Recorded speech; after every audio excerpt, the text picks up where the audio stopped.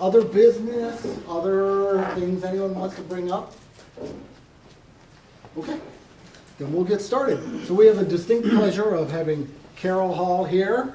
Carol is going to be doing our demonstrations, but in the back is Mark. Wave your hand. Mark, of course, gets a lot of credit too because he is the turner who provides a great canvas for all the work that Carol does. Carol and I had a chance last June to work together during Echo Lake. It's this collaborative art experience in Pennsylvania. And I know when people started seeing her work on the screen, everyone got excited and said, "Oh, can you help me with this? Oh, can you help me with that?" So she does have bring an array of talent, an array of skills, but also she'll be showing us tonight how you don't have to be fabulously talented. You just need some tricks, some ideas, some creativity. I heard somebody talk about creativity. Bring your creativity and how you, with some basic techniques, wood burning can become a better wood burner, how you can become a better artist, how you can just take your work and do something else with it than leaving it as a piece of wood. Why not? And you'll see some of this gorgeous stuff that she's got here tonight. So without further ado, let me pass it on to Carol. Thank you. Thank you so much. That was a lovely introduction. I've had an opportunity to talk to a few of you already, and the thing that I'm super jazzed about is that wood turning, unlike any of the arts that I've been involved in, is something that you can dive in from your direction. You don't have to, like you said, be really technical, and you can really just be an embellisher and still be welcomed into this community, which is just amazing. Particularly for me, I've been a painter my entire life. I got raised by business people who didn't know what the heck to do with me. They're artsy kid. And when my teachers at regular school, not this kind of lovely school, but kind of a more pedestrian elementary school, said that I should have some additional lessons outside of class, my mother, who was a little bit of an overachiever, found the best teacher in the Philadelphia area and signed me up for lessons without telling her that I was 7 years old. And it was all adults, mostly college and adult students there, certainly no one under 20. My mother showed up with me, and the teacher came over to her and said, "I'd really prefer you not to bring your daughter to the class." And she said, "No, my daughter's here for the class." And at first the teacher and all the other students kind of locked their knees and were not happy about me being there. But the thing that I learned in that class is that a lot of people spend their entire adult life trying to figure out how to be artists the way they were when they were kids. Mm-hmm. When you felt freedom to just pick up a piece of paper and draw something and not chastigate yourself for having screwed something up, but just put color on paper and be happy with that, or draw a five-legged horse and be just thrilled with the energy of it. So I'm a huge proponent that anyone can create. You do have to practice. It takes like turning, like anything. It takes some time to practice. And I have some rules that I kind of really stand behind that make everything easier. I have a handout, and at the end, you all can take it home. And one of the things that it has on it is my contact information, my phone number, my email address. And by spending time with me here, I'd like to kind of welcome you to, if you have an idea or you have a picture of something that you're working on or a problem that you want to solve, to get in touch with me.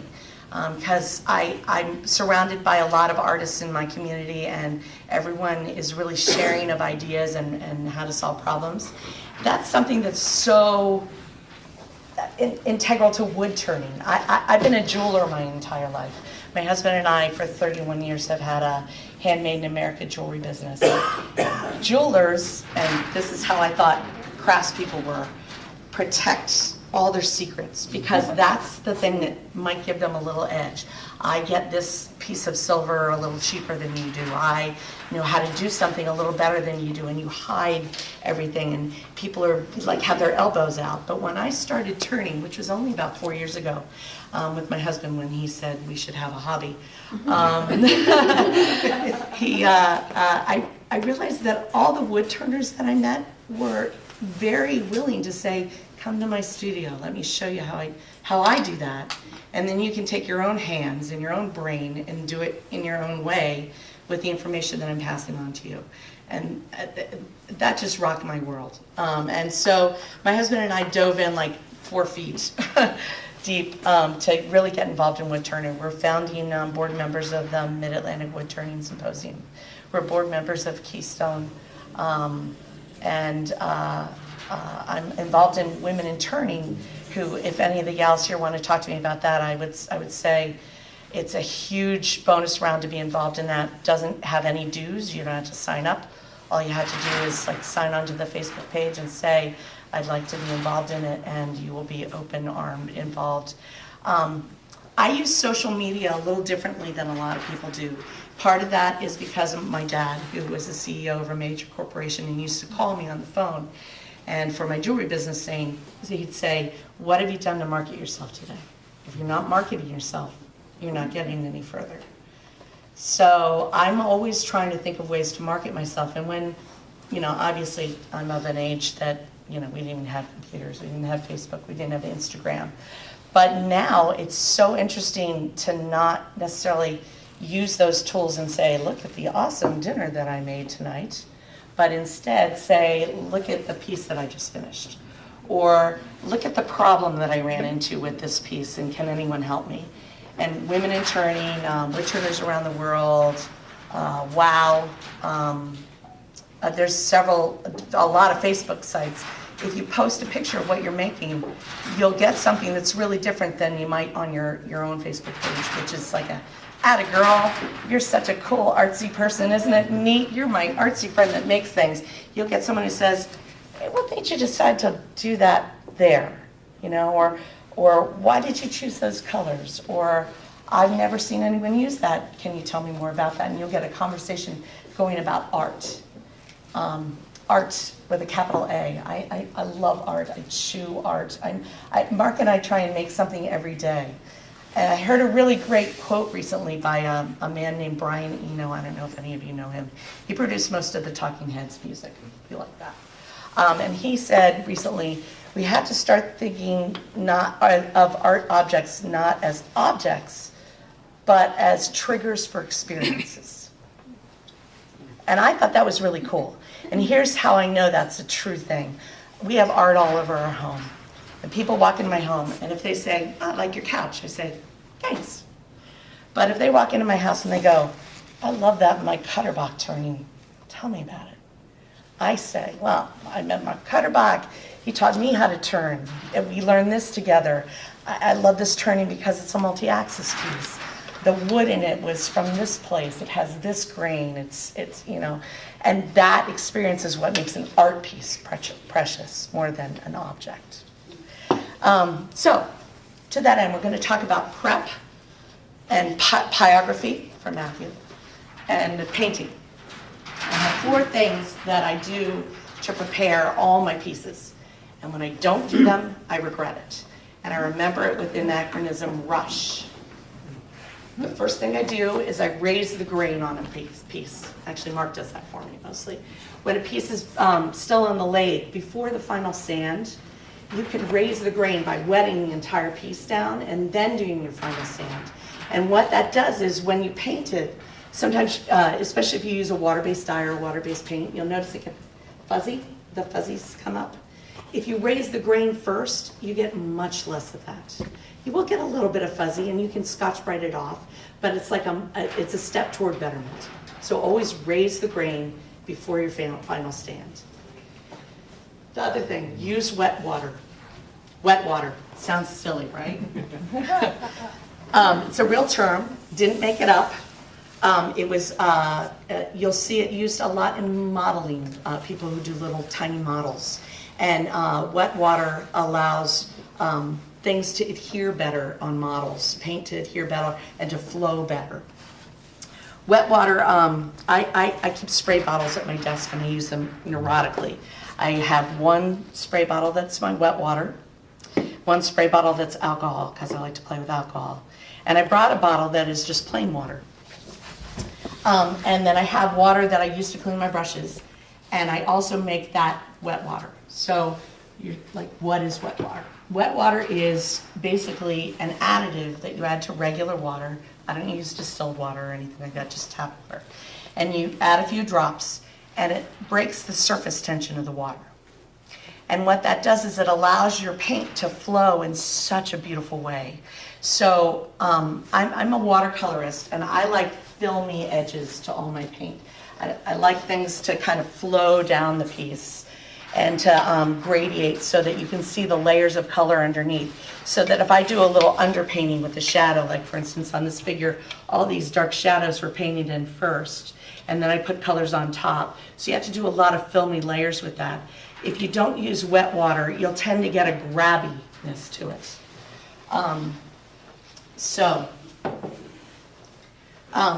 You can buy an additive. This is an additive made by a company called Gretz, which makes a great airbrush that has a trigger. Instead of the trigger up here, it has a trigger down here, which is a little more intuitive for a lot of people. And this wet water bottle is about $9.95. And you would add a couple of drops to your water, and I can illustrate what it does. So I'm going to put this here, and we'll see if the camera picks up on it. But it actually will last long enough that we could probably pass it around for a few of you. So this is wet water, and this is just regular tap water. And I'm going to give the tap water the benefit of the doubt, and I'm going to give it a little more time by putting just a drop on here. And this is just plain wood. There's nothing been done to it other than me making little squares so you can see it. Can you see how that's beading on it? It's not flowing. This is wet water. And again, this is water I would use to add to my paint and to clean my brushes. And can you see how that's just flowing across the surface? So instead of using tap water with any of your paints, it's going to make the flow of your paint just so much better on any surface. And a lot of people have come to paint with me in the studio have said, I don't know about this wet water thing. And I have spray bottles at the stations. And so what I do is I take away their wet water. And as soon as I take away their wet water, they're like, well, why isn't this flowing? I'm having a bad day. This is a horrible art day. It's a game changer. Just trust me. So you could go and you could buy this awesome flow aid. And there are other flow aids. But I started thinking about this and looking into it. And actually, since we're all makers, you could make your own wet water. And I have a recipe. It's very complicated. It's 100 drops of water. And I measured out that one of these little bottles is 300 drops to 1 drop of Dawn dishwashing liquid. That's what they're selling here. You don't, and by a drop, I mean a drop. Don't do a glop, because you don't want it foamy. Like some of my wet water bottles, if you shake them up, you can see they'll get a little foamy, but you don't want a foamy surface when you're painting. But that's all my wet water is. So micro pennies, game changer, use wet water, okay? Third thing, S, shellac your pieces. You can use sanding sealer. I don't. I use a 1 pound cut of flake shellac. I use flake shellac because pre-mixed shellac sometimes have wax added into them, and the wax will repel your paint. You know, that's just not a good thing. But if you do a 1 pound cut of shellac, and I find that as I use this jar, it starts getting a little thicker, and I just add a really generous dollop of alcohol to it. I want it to be thin. I want it to be, and I use like a scruddy brush, and I shellac everything. And I have to say, for the most part, I'm using the side of the brush to put the shellac on. I'm not doing this because I just want a nice surface where I've filled in all the grain, filled in all the pores, and then I'm gonna take acetone and lightly wipe it over the top to release the shellac from the top so that the top of the surface is receptive to the paint still, but the pores aren't thirsty. I'm sorry? You do that while it's still wet, the acetone? While paint's still wet? No, I let the shellac dry. Okay. So paint it with a coat. You could do 2 coats if you feel like it's too thin, or if it's a super grainy wood, like a oak might want 2 coats. Let it dry. I dry everything under a heat lamp, which is my age, so it takes no time at all. And then you're going to take a rag with acetone, and you're going to degloss it, it's called. So you're getting the gloss off the top. You're liberating the wood at the top, but you're keeping those pores sealed. And I can show you an example. Here's an example. Carol, why acetone instead of alcohol again? And, well, you could use alcohol, because that's a solvent for it, but the acetone is really gonna take it off much, more quickly and really release it, as opposed to dilute it. Do you know? I use acetone because it works. Hold on one second. I am missing a. It's also the product that leaves no residue. There you go. Cleans, no residue. This is the same paint. This is on a shellac surface, and this is on a raw surface. And I'll pass this around. But you can see that the raw surface, the paint looks plasticky. And I don't like that look. I want my wood to look like wood and it look like colored wood. I don't want it to look like it could have been a ceramic piece or that it has a coating of paint on top of it. I want it to look really like a watercolor. So you can pass that around. See the differences. Have you had any experience using the Zinsser Seal Coat, which is their de-waxed, remixed? I don't. I have not. If you had a shellac, as long as it said it didn't have wax in it, and you got it to a 1 pound cut, I don't know what Zinsser is thickness-wise or anything like that, but I know that when I just buy flake shellac and add denatured alcohol to it, I get it the way I want it. I'm sure it would work fine, as long as it doesn't have wax.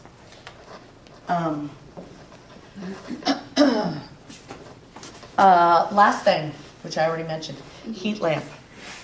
Another thing that people kind of are naysayers to me about. I brought one to Echo. Do you remember? I set it up and everyone was like, what's that? And by the second day of Echo, there were like pieces suddenly under my heat lamp. And I was like, guys, move your piece. I need to get my piece in there. And then by the third day, I was like, heat lamp mine. Get your own heat lamp. Because, the thing that you wait the longest for is the paint to dry. That's why we make a joke about it. It's like paint drying, And granted, that's a nice time to get a cup of coffee or a scotch. But, it's also nice. Like, I usually work on 3 pieces at a time. So I'll work on a piece. I'll stick the one that needs to dry under the heat lamp, and I'll work on another piece, and I'll rotate them through. And that way, I'm really getting things done a lot more quickly, which means I can sell it for less, or more affordably, because if I had to pay myself to drink coffee and watch the paint dry, that's not really effective. The other thing that it does is it allows me to set the paint. Lots of times I'll get a really beautiful gestural swoop of paint in there that is just exactly what I want, and the piece is 3-dimensional, and it's moving, and it's going off the sides, and you want it to stop. Well, I could sit here and watch it just kind of drip away, or I could stick it under the heat lamp and capture it, So get a heat lamp, huge game changer. Those are my 4 things. Then we can start talking about burning. Question? Yeah. What woods do you use, and what woods work better than what woods don't work well? I like wood with grain because, like you had said to me, I like to look at a piece and find the images that are in it. I think it's really nice. Like, think of the artists that you like, and if you went to like the Mid-Atlantic Woodturning Symposium or any symposium, and there's the Instant Gallery, and you go in and you go, oh, there's Ben Fo's piece. I love his work. It's distinctive. I know what his work looks like. Oh, there's a Derek Weidman piece. Oh, I know what that looks like. I think it's really important as people start creating a body of work that they figure out what their symbology is and what they like. Some of the best compliments I've ever gotten are when people say, oh, I knew that was yours. How cool is that? Like, someone actually thought, oh, Carol probably painted that. That's neat. So I try and hone in on things that I want to do a body of work of. And some people say, well, aren't you kind of copying yourself? Like, you already did a piece. Like, I do a lot of river stones and snails and barbed wire. You already did that. Well, I like it, so I have energy to do a lot of it. And the next time I do one, I learn something that's a little different. And the wood pushes me in a different way because the last time it was maple and this time it's, got a spalting thing. But I do love pieces that, again, I don't want to pick up a piece and have someone say it looks like pottery. Could it be pottery? Like these are all spalt lines that I turned into the wheat. On this piece in particular, I had this spalt line that came from the top. And I was like, oh, how am I going to rationalize that? I didn't want to paint it out. So I figured, well, it's the wheat that's coming up, and this spider web captured it here. Because it speaks to the piece. You can see that the lines were in there, and it kind of reveres the fact that the wood, it's wood. Do you know? So I like grading woods. But I'll paint on anything. I love holly. I love flame box elder with all the red. And then I like to red it up a little because I know sometimes that red's going to go away. Do you know? So that's what I like. What else? Any other questions? And really just dig in the questions while I'm talking about it. Yeah, I have one about Yeah. the distance of the heat lamp to the piece. I lucked out. I trash picked. One of my neighbors had the kind of table that you would use if you were in a hospital that goes up and down and has a little drawer underneath and stuff like that. Best thing ever, on wheels. And you can zoom it around the studio with you with whatever you're working on it. And I love it also because I can put it under the heat lamp. And if I want it to dry really fast, I zoom it up really close to it. Now you gotta make sure you don't forget about it then. You could get an egg timer or tell Alexa, tell me in a minute to take it out of from under the heat lamper. But, and I just changed the heights. You get a feel for how hot the bulb is. You don't want to cook the paint, you want to dry the paint. Good. Inspiration. If you think you're not artistic, like I do a lot of pieces that are based on tarot cards. My grandmother read her tarot cards every morning before she had coffee or before she put her teeth in. She read her cards, she called everyone and said like what we should and shouldn't do that day, and then she moved on. And I have her tarot card deck, and I'm very inspired by the symbology in that, and that gives me I look at them and I find places to go in my wood. I think if you like birds and they make your heart sing, paint birds. If whatever it is that you like, you should do, because you should do a lot of it. And again, build that body of work. If you're not sure how to do images, like say you like birds but you don't know how to draw birds, you can go onto Google and you can Google hummingbirds. Outline is a good thing to do. Images. And you can get, these are crows. You can get all sorts of crow pictures or whatever it is that you're into. And you can look through all these pictures and say, oh, I love that crow. And you don't that's a good way to then draw it yourself. But the other thing you can do is you can make a copy of it and blow it up. And then you can take this copy and you can transfer it to your piece of wood. There are a couple ways that you can transfer things. Well, one thing, obviously, you draw it. But the other thing you can do is you can take the wood.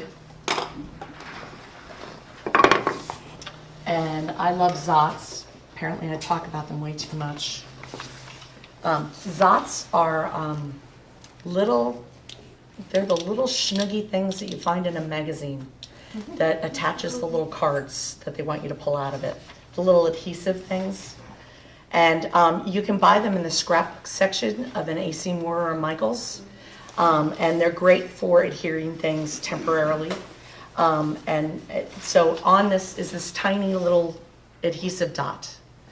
And if you put this dot on your four corners, then it's a really easy way to adhere something. Now you could certainly use painter's tape, but I just really like the way that adheres things. Now you could have put carbon paper between here, very old school, and then traced it. You could do that thing where you scrub it, but the easier thing to do is to take xylene, and they make pre-filled xylene pens at Dick Blick's. They're pretty expensive, and you know that's not a lot of xylene, although it's enough to give you a headache. Or you can buy a big can of xylene, and you can buy a Molotow pen, which comes with a little squeezer, and then you can fill these pens with anything. You can fill them with paint, and then you have a paint pen. But if you fill them with xylene, and then you draw over the image, hold on. It's like a solvent? xylene is a solvent. And you don't want to put a lot of xylene on this transfer. This is only for laser printed. Correct, not in pissy. I hate that So too. if you took a warm iron and put it over a laser print, it would transfer as well? Yeah, true. This never works when Couldn't I you use a watercolor pen and fill it? You could. You can brush it too. That's what we're going to do because this pen isn't being a booger. And, be careful with xylene. You don't want to breathe xylene. It'll make you a little buzzy. And that's not good. And you don't need very much. Mike and I were playing, mostly Mike was playing with this weekend. The less xylene you use, the better. You don't need a lot. So if I dredge this, I'll have way too much. And if anything, you want to put it under the heat lamp just for a smidge to get the lion's share of the wet off of it. Can you smell that? Can you smell how that would give you a little bit of a headache if you breathe it all the time? And then you take a credit card, gym membership card you're not using. This is a scraper for a kitchen thing that a friend gave me. And you just gently go over that surface, and basically you're rubbing down that toner. And then I'm going to leave that be, let that dry. In a few minutes we'll peel it off and you can see it. But I can show you one that I pre-did because I'm like Graham Kerr from the Galloping Gourmet. Do you remember that show where he'd put it in, he'd say, and then he'd have wine, and then he'd say, oh, it's done. So this is basically what you would get. Now keep in mind your image is reversed. So this is what I started with. And now it's going the other way. So if you want it this way, you have to print a copy that's reversed.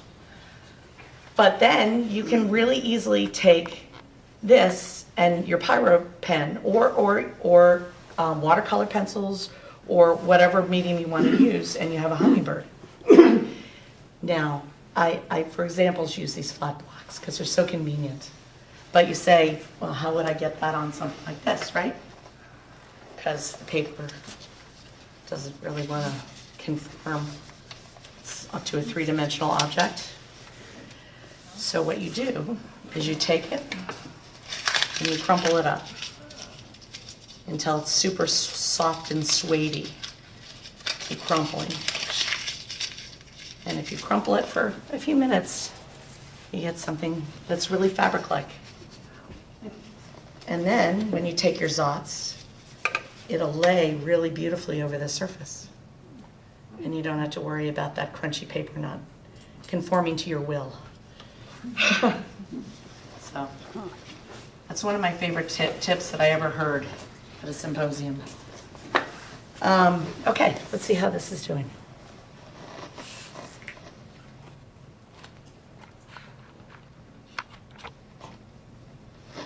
Go for one more time with my scraper.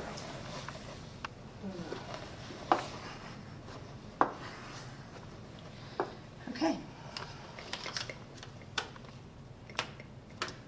I got most of it. Okay? Pretty cool. So, then I would take the this hummingbird, and one of the nice things about doing pyrography is when you paint, it's kind of like does anyone know about cloisonne or enameling?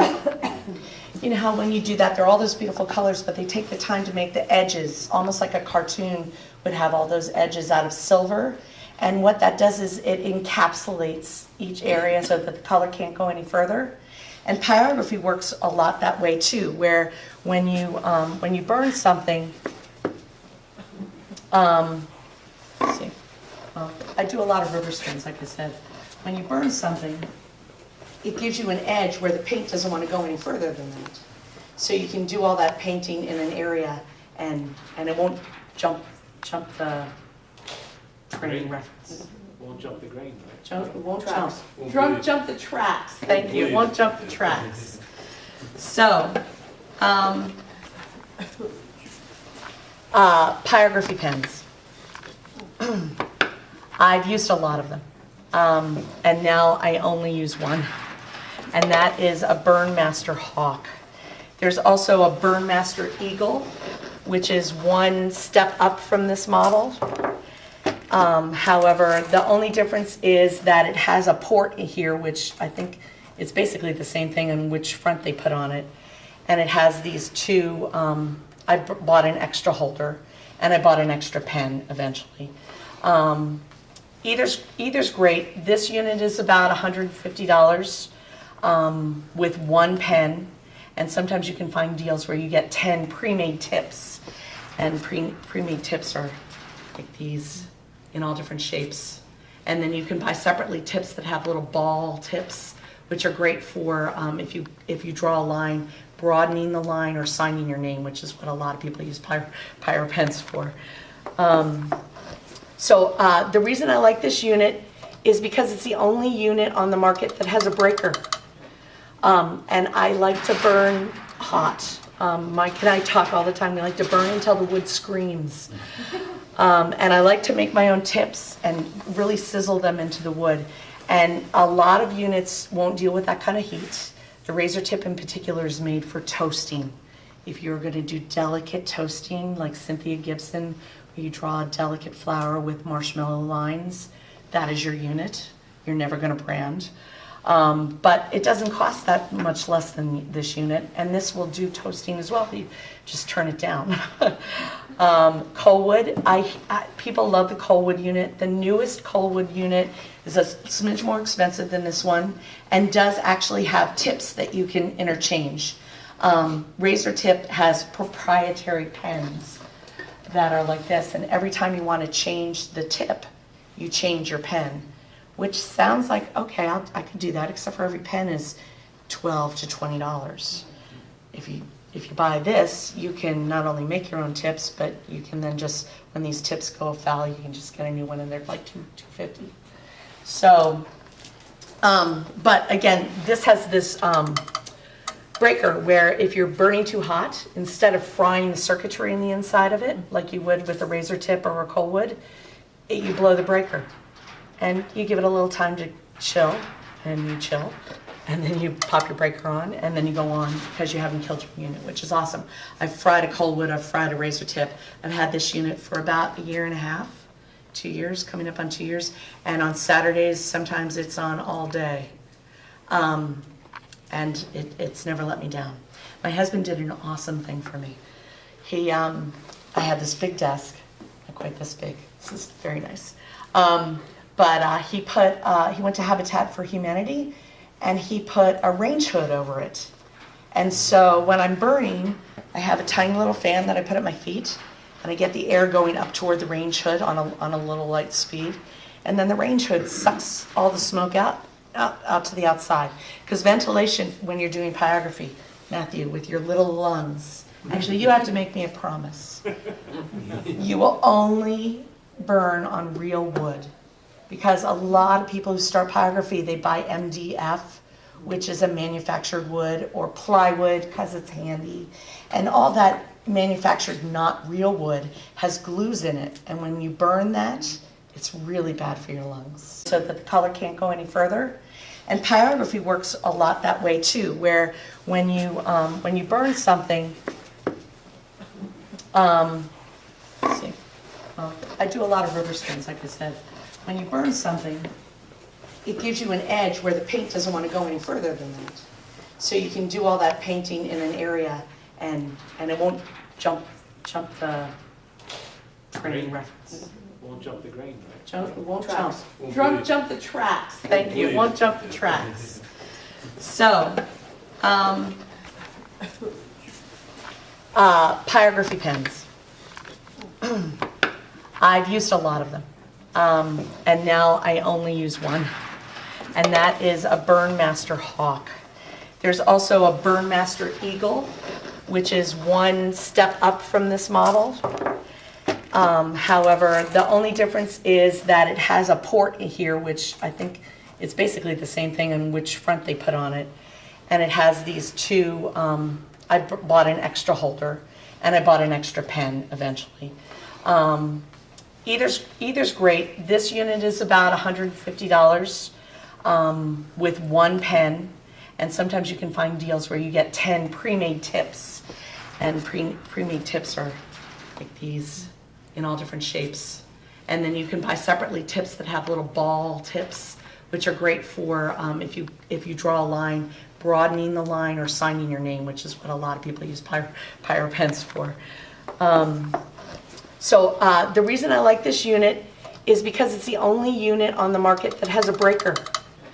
And I like to burn hot. Mike and I talk all the time. We like to burn until the wood screams. And I like to make my own tips and really sizzle them into the wood. And a lot of units won't deal with that kind of heat. The razor tip in particular is made for toasting. If you're going to do delicate toasting like Cynthia Gibson, where you draw a delicate flower with marshmallow lines, that is your unit. You're never going to brand. But it doesn't cost that much less than this unit, and this will do toasting as well. You just turn it down. Coalwood, people love the Coalwood unit. The newest Coalwood unit is a smidge more expensive than this one, and does actually have tips that you can interchange. Razor Tip has proprietary pens that are like this, and every time you want to change the tip, you change your pen. Which sounds like, okay, I can do that, except for every pen is $12 to $20. If you buy this, you can not only make your own tips, but you can then just, when these tips go foul, you can just get a new one, and they're like $250. So, but again, this has this breaker where if you're burning too hot, instead of frying the circuitry in the inside of it, like you would with a razor tip or a Coalwood, you blow the breaker. And you give it a little time to chill, and you chill, and then you pop your breaker on, and then you go on because you haven't killed your unit, which is awesome. I've fried a Coalwood, I've fried a razor tip. I've had this unit for about 1.5 years, 2 years, coming up on 2 years, and on Saturdays, sometimes it's on all day. And it's never let me down. My husband did an awesome thing for me. I had this big desk, not quite this big, this is very nice. But he went to Habitat for Humanity, and he put a range hood over it. And so when I'm burning, I have a tiny little fan that I put at my feet, and I get the air going up toward the range hood on a little light speed. And then the range hood sucks all the smoke out to the outside. Because ventilation, when you're doing pyrography, Matthew, with your little lungs, actually you have to make me a promise. You will only burn on real wood. Because a lot of people who start pyrography, they buy MDF, which is a manufactured wood, or plywood because it's handy. And all that manufactured, not real wood, has glues in it. And when you burn that, it's really bad for your lungs. Okay? Okay. And just make sure you have a fan going, blowing the smoke away from you, or an exhaust system that's sucking it away from you. Yeah. Doesn't that go to 11? This does go to 11. Thank you, Mark. Mark keeps me on track in so many ways. The other nice thing about this unit is it's got this Allen wrench hole right here. Don't buy an older unit if it doesn't have it. Like you could, but you won't be as happy.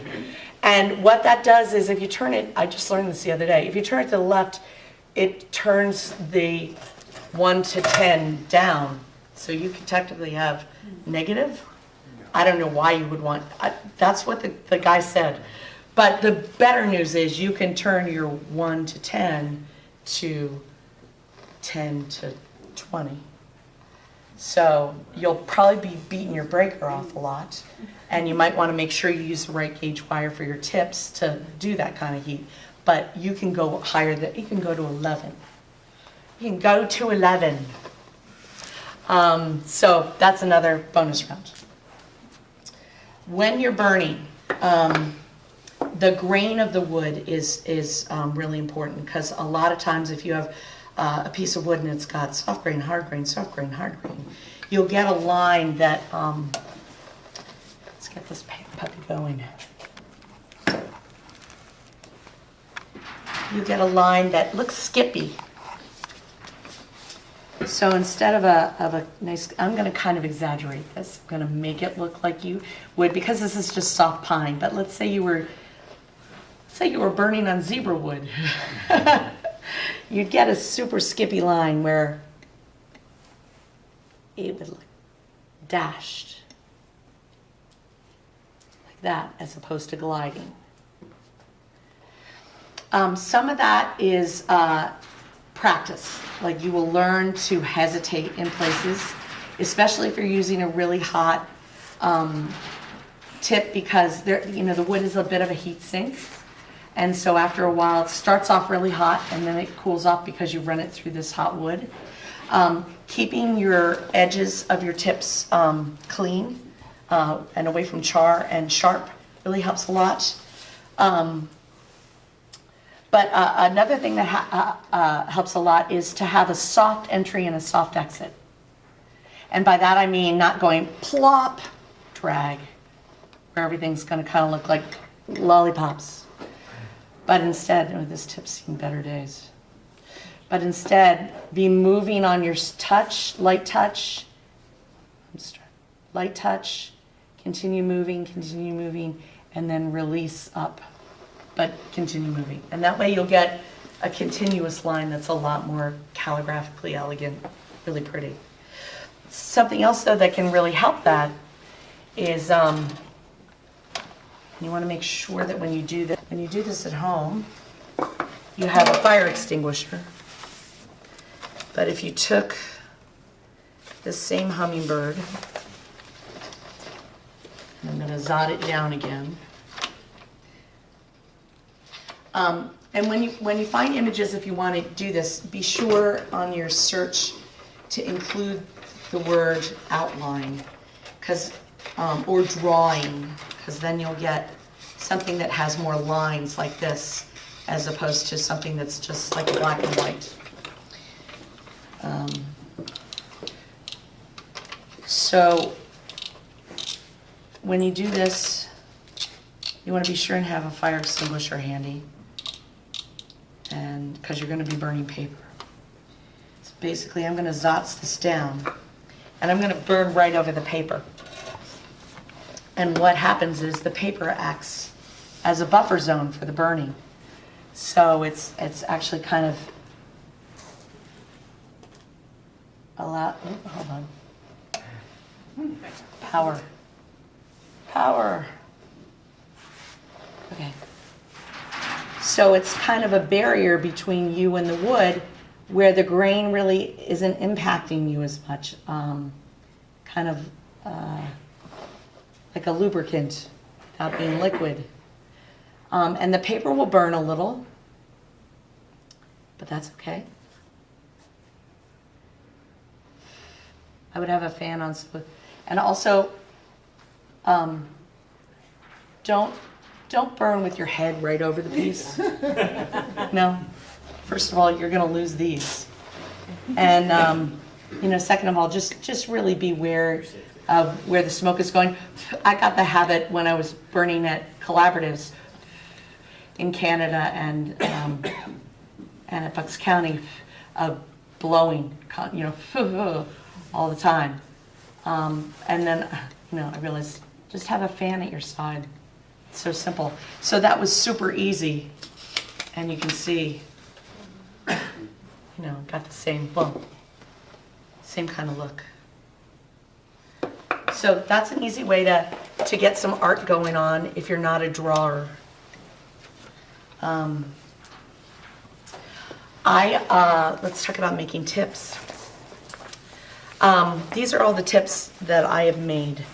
Like I said, I do a lot of river stones, and about 1.5 years ago, I had to take all the barbed wire down in the place where I keep my horse, and I realized when I was cutting up the barbed wire for the trash man that it's so pretty.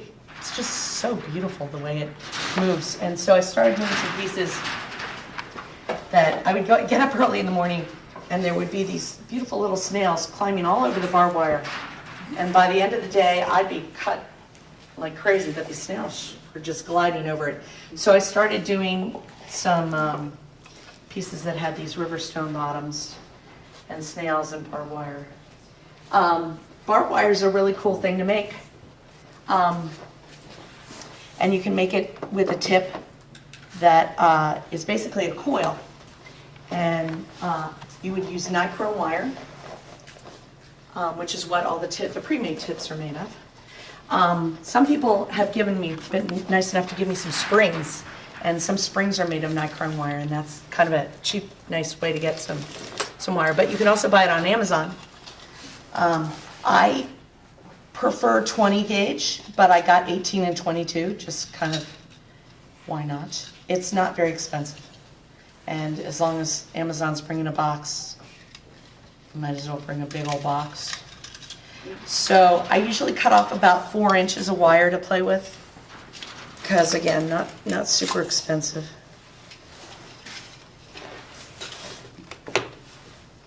You need to make sure you have enough wire to put your 2 leads that go into your pen. So basically, a pre-made tip has a metal lead on each side and the shape in the center. So by using a piece of wire, you're going to need your 2 arms that are going to go in and get screwed into this tip, and then whatever shape you want in the middle. And sometimes that shape is going to have to be a little more three-dimensional than you expect, because your piece that you're stamping it on is three-dimensional. For instance, I stamped a lot of feathers the other weekend, and I made this outline of a feather. And then after I stamped it, I did the center, and I did all the little feathery parts with the Pyro pen, and then I colored them all. But if you look at this feather, it's curved. And that's because to stamp it, it had to go with the curve of the piece. So if I made a flat feather, I'd have to roll it, and sometimes that gets messy. So it's easier to just curve it. A thicker wire will hold its shape, but make a thicker edge. So those barbed wire pieces that I passed around are basically coils like this with arms, and then they go in the pen. And to make a coil like that, you can use something called a mandrel plier, which is a set of pliers that has as opposed to pliers that have the points on either side, they're straight, and you can wrap around it at different thicknesses.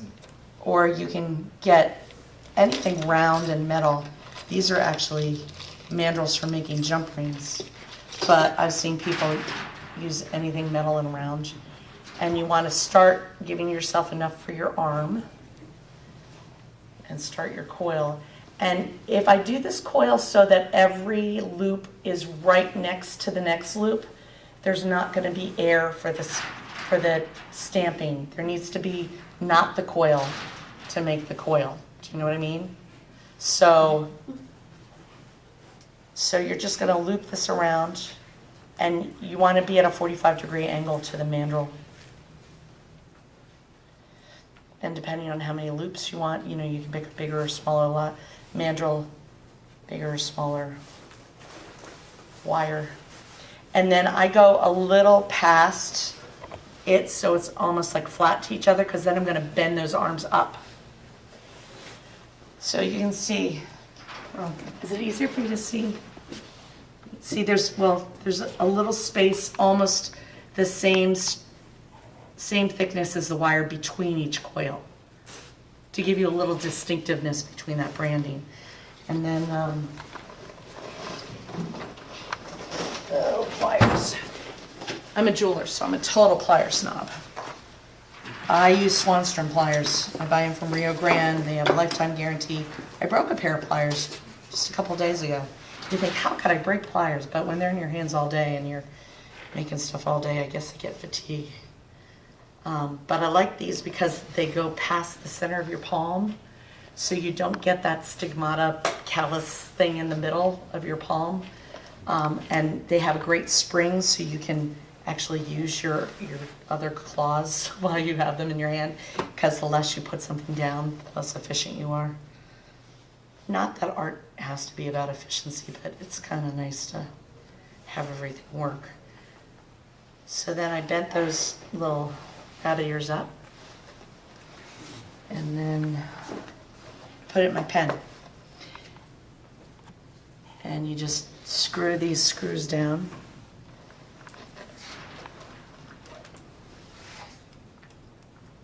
Hey, Matt. I'll try it after. It's a scrap board, you can't screw it up. Okay. That's okay. We're with you. I'll give you another chance. Go ahead. You tell me when you're comfortable. So no extra sleeves on that wire? No, going so in you there? can buy sleeves, and they're, I don't know how much they are. I never buy sleeves because you don't really need them. The only thing you need to make sure is when you screw this down that you have contact, that the wire doesn't skate to the side. And actually when you plug it in, you'll feel a little humming. If it's not making, you'll feel a little humming.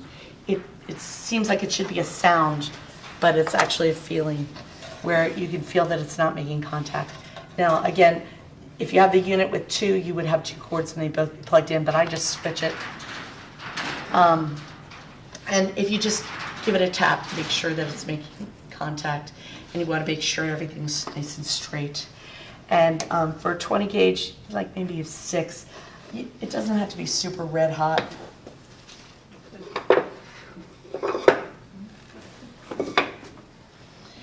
And can you see? Okay, so you can obviously make barbed wire. Oh, it needs to be hotter than that.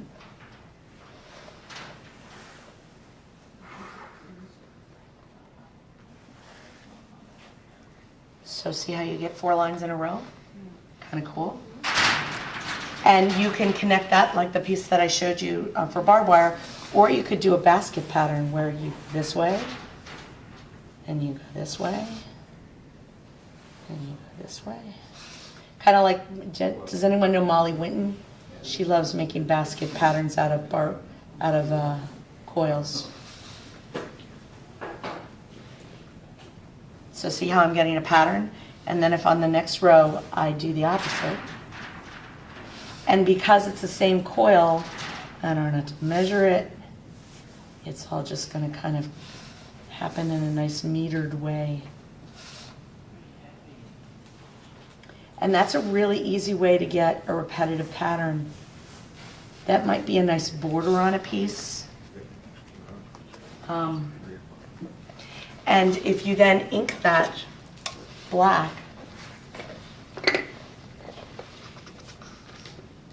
add one. Well, if you ink it black, it looks awesome.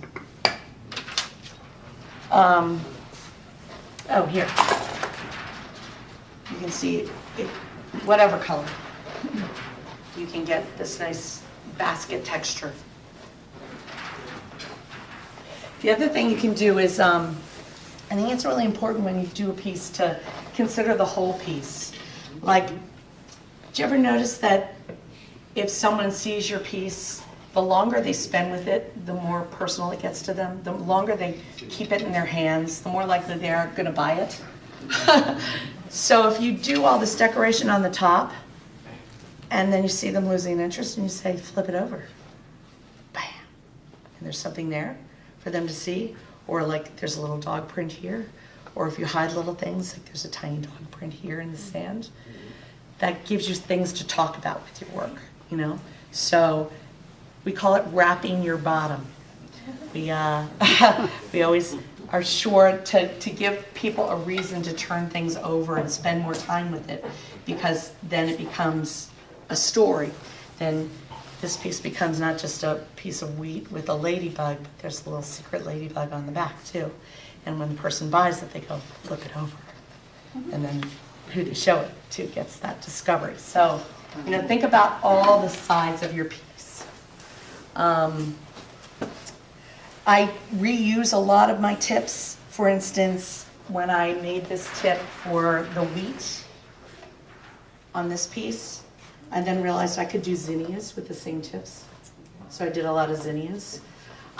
It's not that making the tips is particularly hard, it's just kind of cool to figure out what else they can do. So with that one basket tip, you can do little lines. It's a really great way to use little lines. Mike and I talked about how I was doing beta fish, and he was like, well, I'll have to do alpha fish then.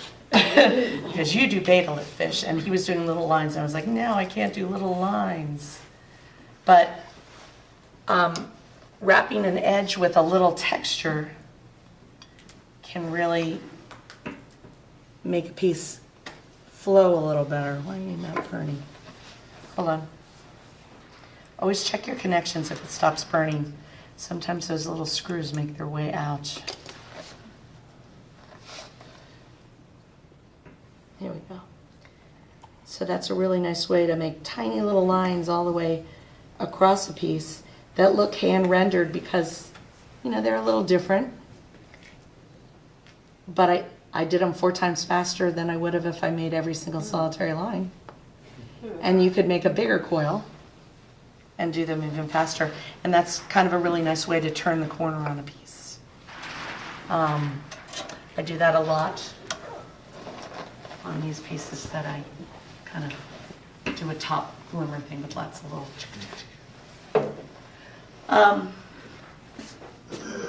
Anyone have any questions about pyrography? You have to clean your tips or the workpiece? Yeah, I know people clean their tips a lot more than me. I was realizing today that my pens are very black. I think these were silver and brass when I bought them. It's a good idea to keep a brass brush and just kind of scrape them on your brass brush. Say that 5 times fast. Every so often to get the char off of them and the oil, especially if it's an oily wood. How about the workpiece itself?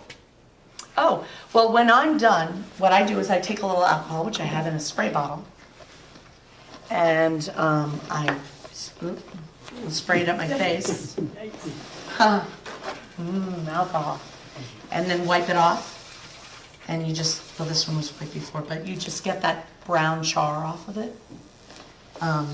And then it's clean when you paint it. Let's talk about paint. More on the side. On that piece that you blackened. Yeah. What exactly did you blacken it with? India ink. Indian ink. Yeah, because India ink has shellac in it. And then you can go over it with anything. Yeah. And you can put paint on top of it. Excuse me. You can just put a little gilder's paste on the top of it to have it pop. I'll show you that. If it comes back around, put a little gilder's paste on it. Show you how that. What's gilder's paste? Oh, gilder's paste is, it's mostly for framers. And it's a wax with a colorant in it. And it's always surprisingly hard. Like whenever I open it, I go, why is this so hard? But it's made, it smells good. So that you can just grab a little, and does anyone have that? Oh, I'll do it on this one. This little weird tree thing.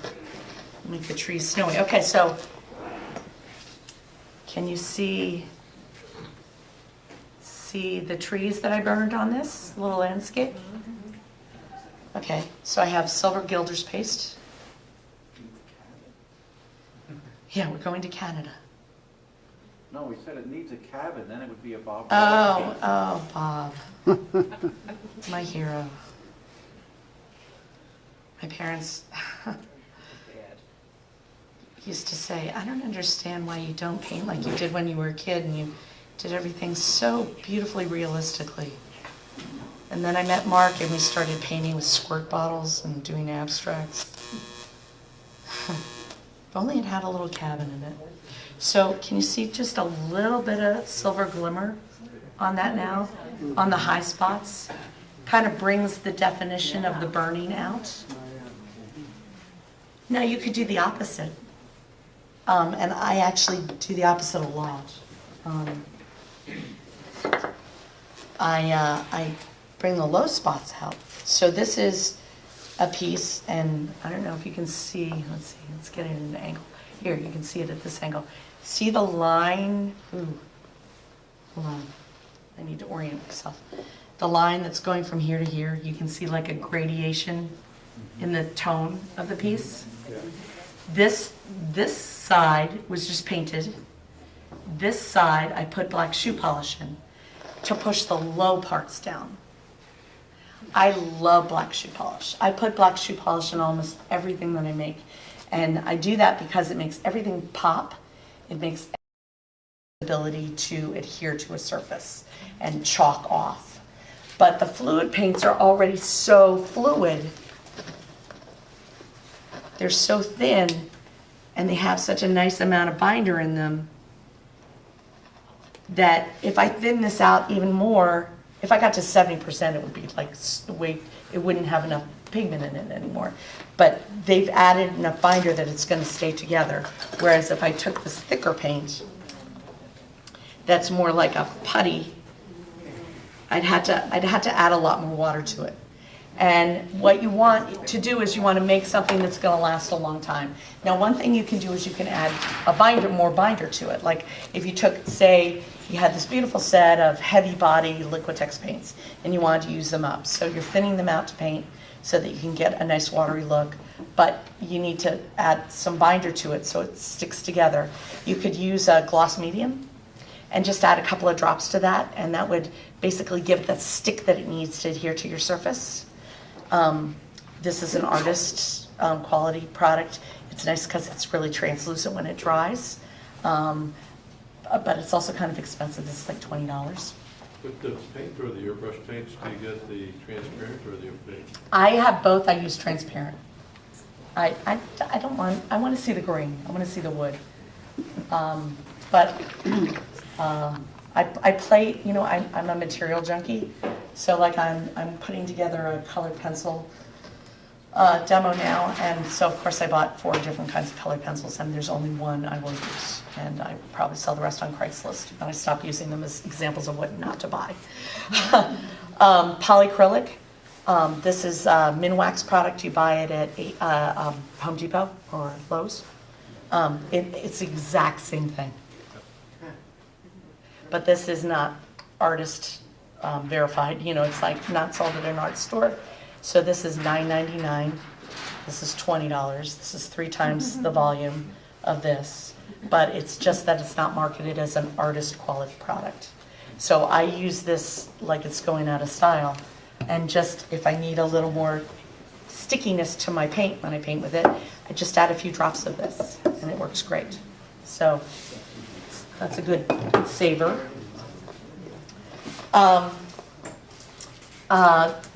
These also have something called, do you guys know about interference paint? Yeah? Is that opalescent? Yeah.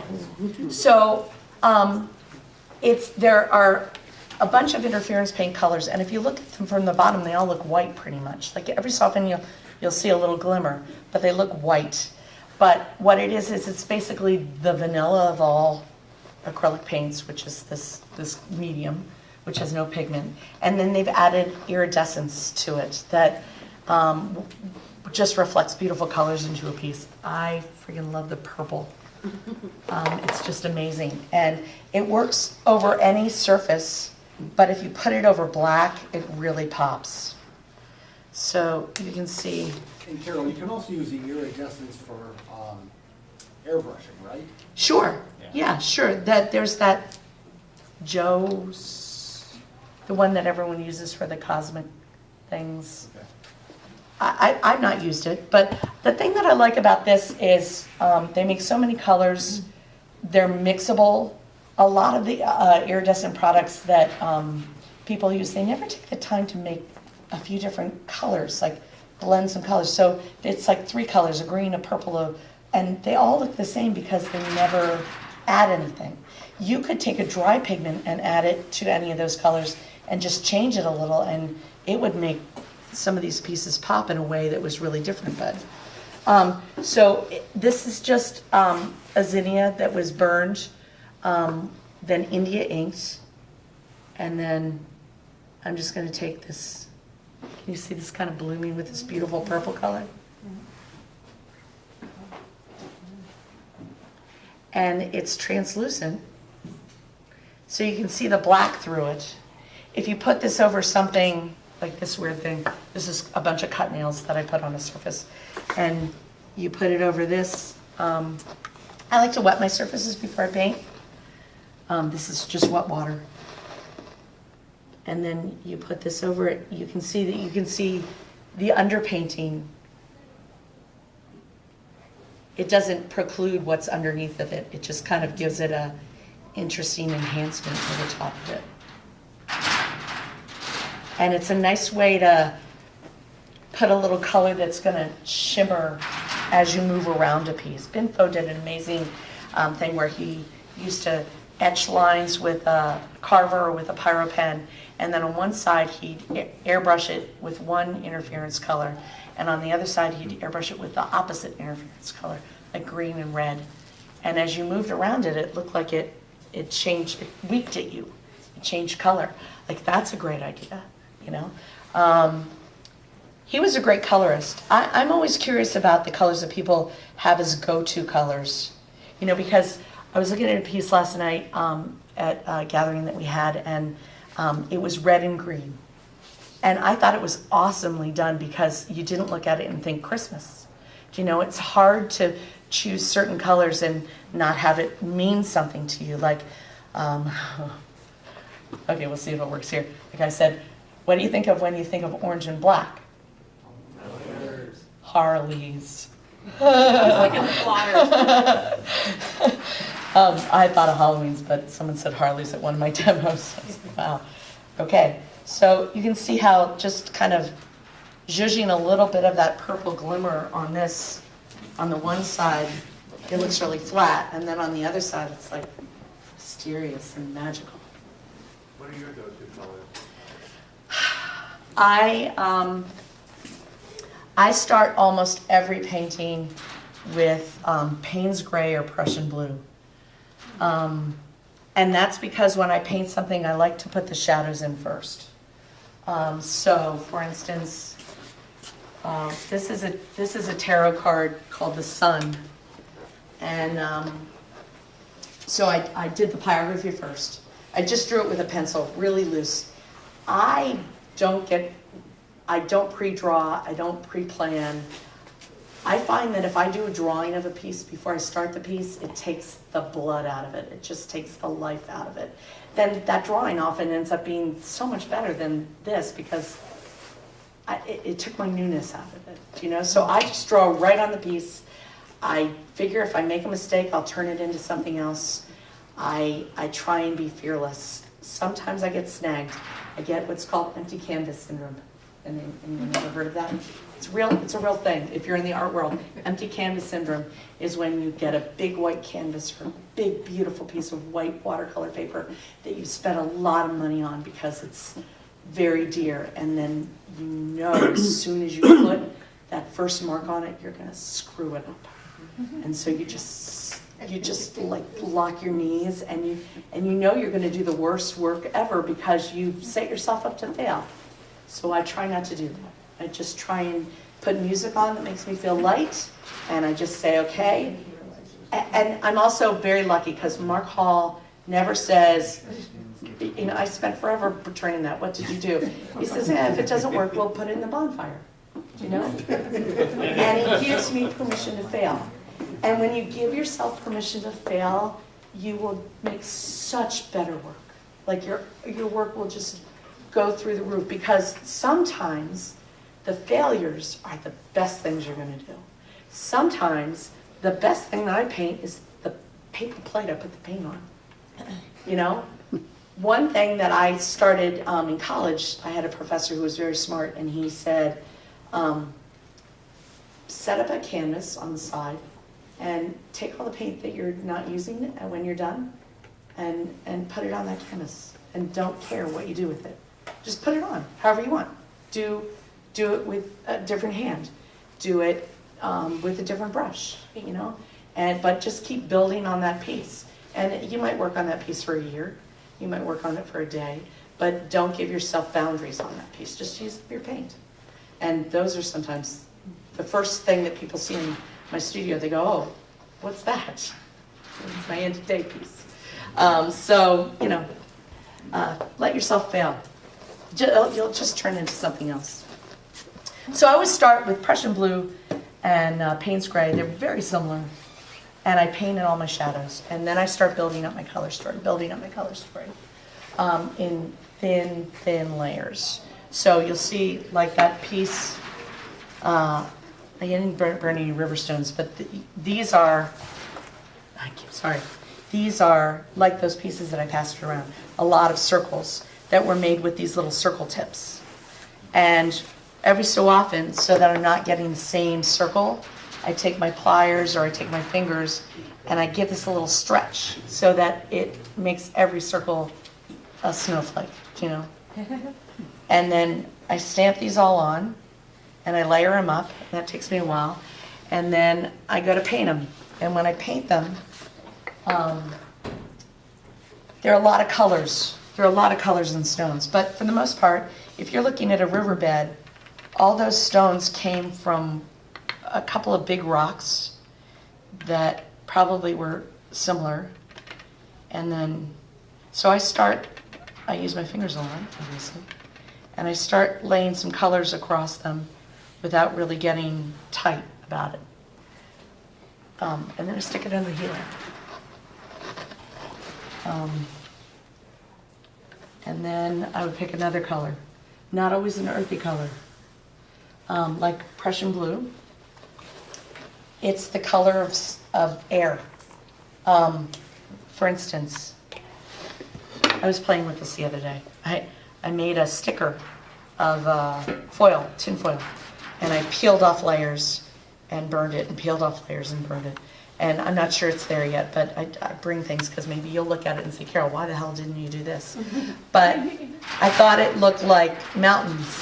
And the thing about mountains is when you look at them, the ones that are further away from you are bluer, do you know? And that's because you're seeing the air between you and that mountain, and there's more of it, so it's bluer. So if you want to, when you paint something, make something kick back, like this area here. If you want it to look like it's in the distance, give it a nice little blue undercoat or a glaze of blue over top of it, and it'll push it right back. So Prussian blue is a really go-to color for me. So that's almost dry in the time that it took me to not even make coffee. And if I had made it a little higher, knowing that I was going to come back to it really quickly, I like to dry the layers between it because I want them to stop moving. Like as soon as I start painting this again, I'm gonna wet it again. And you're like, well, if you're wetting it again, why are you drying it? It's because I want every layer to look like a layer that isn't blended. So this is a piece that I actually had a whole lot of empty canvas syndrome on. And then I went to one of your national treasures, the Wyeth Museum. Anyone been there? Okay, so you know Andrew Wyeth had a lot of empty canvas syndrome. He started almost every one of his paintings by mixing up some earth tones and taking a big floppy brush and flicking it on it. Because if you look at it, there's all these little speckles. And when I was a kid, I thought all those little speckles were something that he painted, you know?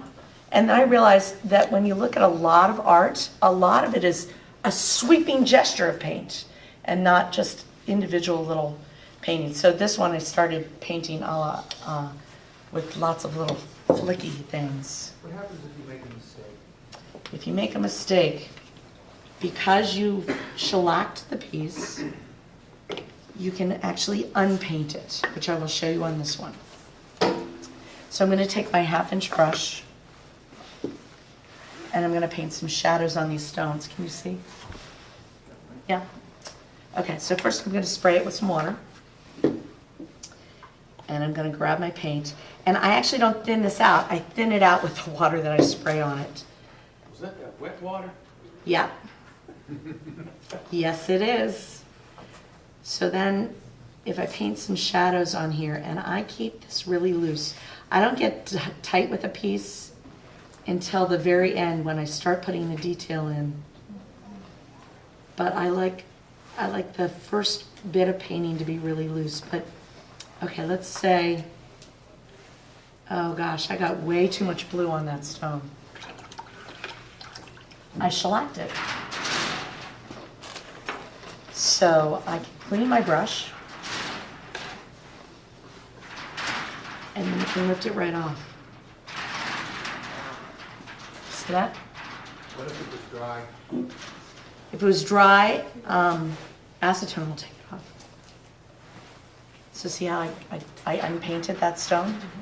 So as long as I haven't set it under the heat lamp, I have some time to correct any things that I want. But then if I put it under the heat lamp with a little more meticulousness and a Q-tip or an eyeshadow brush, which gives all you gentlemen a reason to go to Sally Beauty Supply, because these are super fun to work with.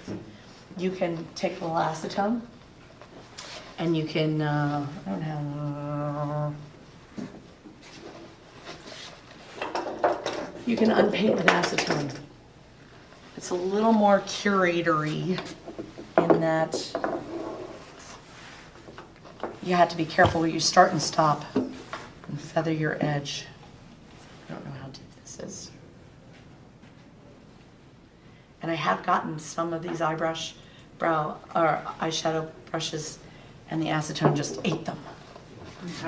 Let's see. Oh, here, I'll take off one of these gears.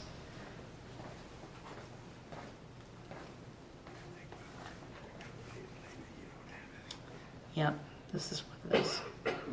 Hold on, I'm gonna use a Q-tip.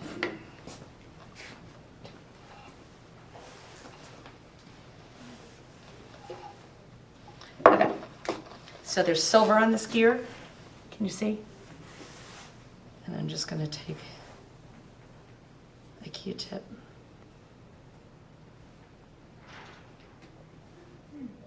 And now there's no silver on it. And the more I rubbed it, the more I'll get down to the bare wood.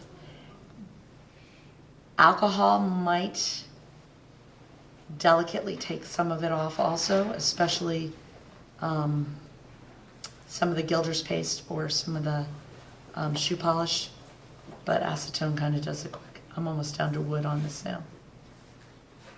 But again, you have to keep in mind where you stop rubbing. It might be good to Scotch-Brite over it and kind of loosen that edge a little. But nothing's written in stone. Do you know? You can unpaint. So see how that's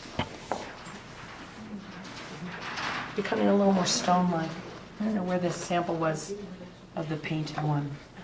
Does anyone have that? It's okay. So for these, I just basically put the shadows in and then I started doing all different coppery kind of colors and brown colors on top until I felt like I got a stone look. And then for me, the thing that I love is putting a wishing stone in there. Do you know what a wishing stone is? The stones that have the white lines. Oh, thanks. Thank you. Supposedly, well, my grandmother told me that if you get a stone that has like the white lines across it, of quartz going through it, that those are the stones that you can make wishes on. Now, of course, you can make a wish on any stone. But, so I like to do stones that have like a little quartz white line in it, which you can do with a colored pencil, or you can do with a brush. Does anyone have any other questions? When you're done painting, do you put anything clear over the top? I put Renaissance wax over everything. I know a lot of people do spray lacquer.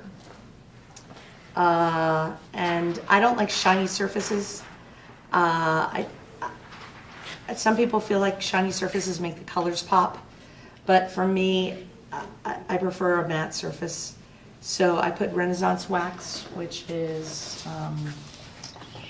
this. Do you know this?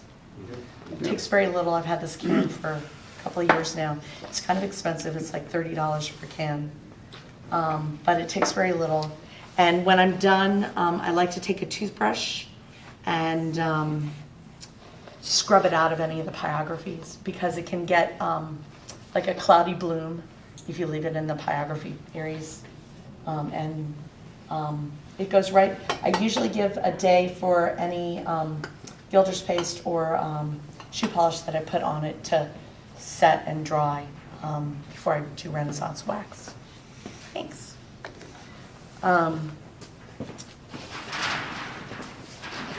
So you can see where that's kind of starting to echo some stone shapes.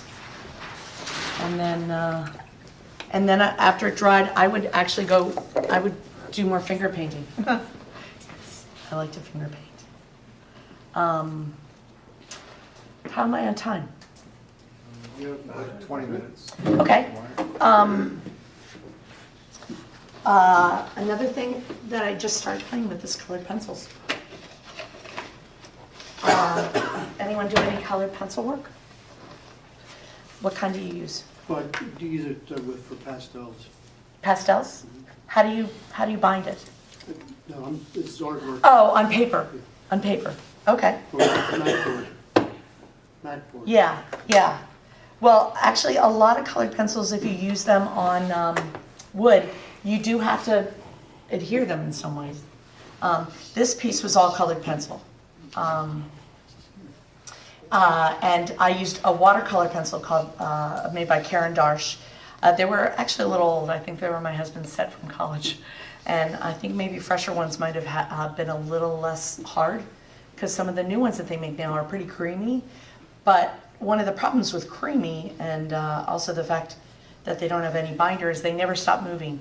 So when you draw on them, even running your hands over them, they'll smear. And they'll affect the other layers. So you have to put some kind of a fixative on top. If you get it to a point where you like it, spray it with your fixative. And from the distance that the spray bottle says, which is usually 10 inches to a foot, because that'll make a delicate pebbly surface. You need a little tooth for a pencil to adhere to paper or to wood, which is why you work on a toothier paper. And if you get too glossy, like if you used a lacquer to tamp it down first and then you wanted to put more paper over top, or more pencil over top, it wouldn't adhere because it doesn't have anything to grip to. But hairspray is the exact same thing as fixative. It's just not artist grade again. So, you pay your artist grade price for your fixative, or you pay $3.25 for your Aquanet, and it'll do the same thing. You just, again, spray it on from a little bit of a distance to get that toothiness. But the thing that I discovered, I love watercolor pencils because they allow you to draw on the surface and then take a little water and bleed it out with a brush and get a really beautiful loosey-goosey surface on it. But because it never stops moving, that kind of became a problem for me. And then I discovered these Inktense pencils, which you can buy smaller sets than this. But they're an ink in that they have a binder in them. So once you get them wet, they stop moving. So for instance, I colored this hummingbird. I sprayed it with water. I let it bloom, which is a beautiful process. And I did a little brush work on it. And then I stuck it under my heat lamp and it's sealed. It doesn't move after that. You don't have to spray anything. And you can put innumerable layers over top of it because it keeps its toothiness. So these Inktense pencils are just incredible. And the colors are a little more brilliant than some of them look like on the pencil. But I'll show you how they bloom. They don't have very good flesh tones. That's one thing that I don't love about them. But if you take this hummingbird, let's do this hummingbird. Can you see here? And you give her a nice ruby throat.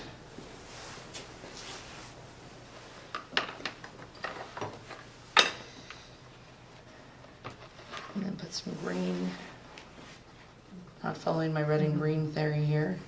And you don't have to worry about the lines. Like I said before, you know how pencils are very familiar in your hand because you use them all the time to write checks and things. And so it's very easy to scribble these colors on.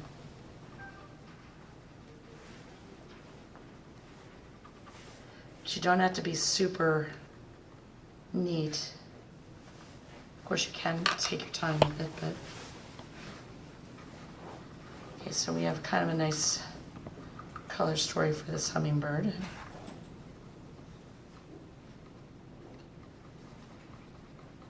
going to be very rainbowy. Okay.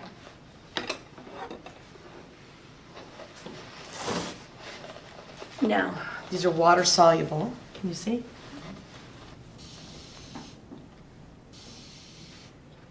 Do you see them blooming?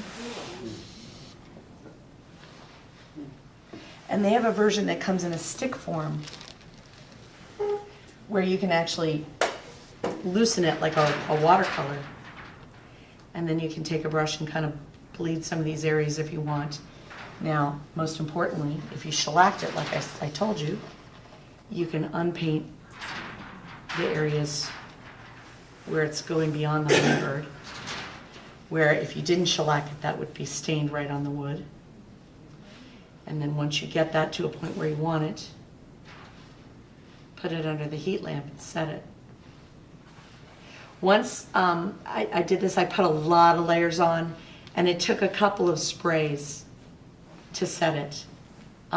After the first spray, it stopped blooming, but I just think it needed a little more water to get in through the layers. But eventually, perfectly set, and then I could put the next layer on top of it, and that layer stayed. Have you ever used oil pastels? I have, and I was comparing and contrasting them to this, and I like the way these move with the water, and I found that mineral spirits were the best solvent for them, but that leaves such a film on the wood that then if I wanted to go over it with any kind of water, anything on top of it, it just resisted it. I personally haven't found my own, but I know a lot of people love them. You know, everyone gets to find their own materials. There's so many choices, isn't that awesome? So that's kind of cool. And then one thing I like to tell people to not forget is, like, that looks nice, but I think this looks better. And that's because I took the time to paint not the hummingbird. Do you know? Because a lot of people, especially when they embellish things, and I do think there's a difference between embellishing a piece and painting a piece. And, you know, embellishing is more, you know, I'm going to paint like little individual hummingbirds all over it instead of making the entire piece a story or having a narrative. But by painting not the hummingbird, it gives you something to look beyond. And it actually makes the hummingbird a lot more interesting. And it can, let's take a little Prussian blue. I'll show you how you can push this back. So again, I always spray the surface first with a good misting brush, good mister. You can see, like, see how light? This is an old perfume bottle. Not quite as light, and it doesn't go on for a while. So get a good misting bottle and mist the surface, because if you remember that you can unpaint, then you can flow everything on and then take it away. And then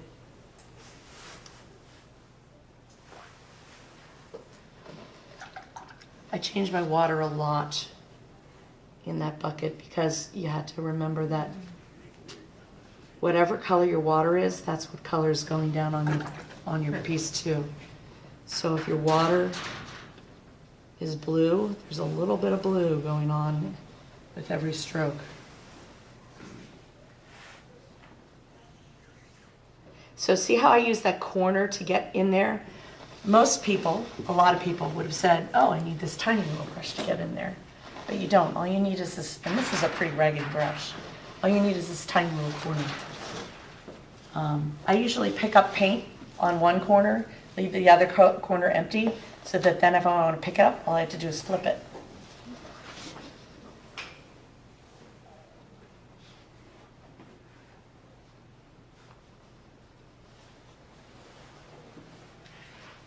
So see how by painting not the hummingbird on that one side, it makes the hummingbird kind of come forward and pushes the other side back?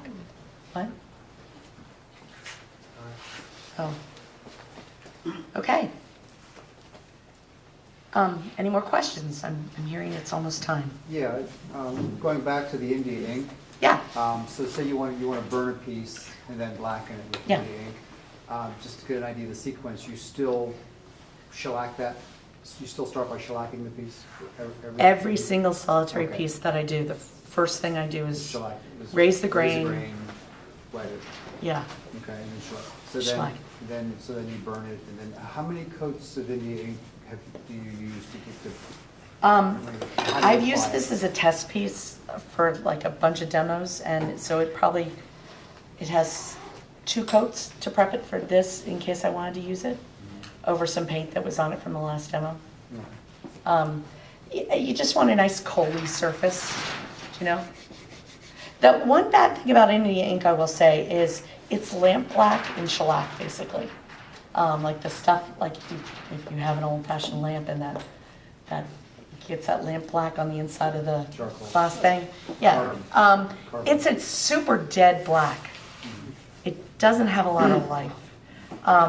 When I use black in my pieces, I prefer to make my own black. I take 2 opposite colors.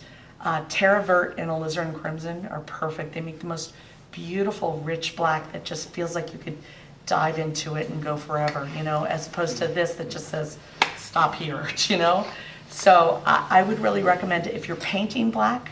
I was thinking more like ebonizing pieces. Yeah, but for ebonizing, yeah, India ink. And India ink comes in colors. And you can add just like a little drop of red or a little drop of blue to it to give it a little more interest. Like say you were going to take this black piece and put green interference paint over it. If you added a little drop of blue to the India ink, it might reflect the green in an interesting way. Cool, yeah. I would like to recommend that you all like make a lot of art and go to the studio like it's your job. The biggest problem I think with people who want to be artists is that they don't show up, you know? And so the best thing you can do, the best thing I did for myself in the last couple of years was start open studio where my friend Mike comes over on Saturdays and we paint together. And a lot of that time we're like deep in our thoughts and we're not even talking, and you know the music is going, we're making, and then sometimes we're just telling stories and laughing and talking about what we're each making, and that's awesome. But like set a time to make art and show up, because you'll be so much better for the practice. And then support other artists. You know, like I love having art in my home, and by supporting living artists, you know, you're making it a normal thing that your friends will see, that it's right to, you know, go and say, I love that art and I want it to become part of my life, because if I don't get it now, I might never see it again. And I don't think it's enough to curate in your phone. You know, I find a lot of people nowadays, instead of buying things, they go, look at all the cool things I would buy if I could. And they have a Pinterest page, and they're just such great curators, and they're so cool because they love all these things, but they never actually have the pleasure of owning them. And I think buying art is like the purest pleasure ever. So, you know, go out and, you know, make it and support it and integrate it into your life. So I have this handout here, and if you want one, you can come and take it. And as I mentioned, my contact information is on the top. And if you have any questions, you get home and you're like, what did you say about this? This goes over pretty much everything that I taught today. But if anything is just like not really making sense, then just get in touch with me and we can talk about it more. And I love to see people's things that they made. So send me pictures of the work that you're doing, and we can kind of start a nice community with that. Good, thank you, Carol. Thank you, Carol.